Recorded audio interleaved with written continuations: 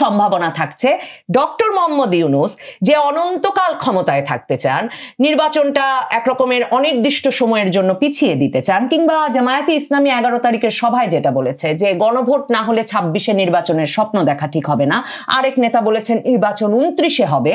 তো এই পরিস্থিতিগুলো যারা একমত এসব বিষয়ে, জাতীয় নাগরিক পার্টি, জামায়াতে ইসলামী আর ইউনূস সরকার, তারা হয়তো বঙ্গভবন ঘেরাওয়ের একটা নাটক এখন তৈরি করবেন।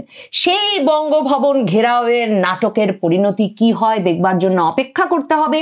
এই বঙ্গভবন ঘেরাও নাটকের পরিণতিতে কি শাহাবুদ্দিন চুপ্পুকে সত্যি অপসারিত হতে হয়, তখন কি সেনাপ্রধান ওয়াকারুজ্জামান দাঁড়িয়ে দাঁড়িয়ে সেটা দেখবেন, নাকি সেনাপ্রধান ওয়াকারুজ্জামান আবারও চুপ্পুকে রক্ষার মাধ্যমে নিজের জান রক্ষা করবেন, সেই বিষয়গুলো দেখবার জন্য অপেক্ষা করতে হবে।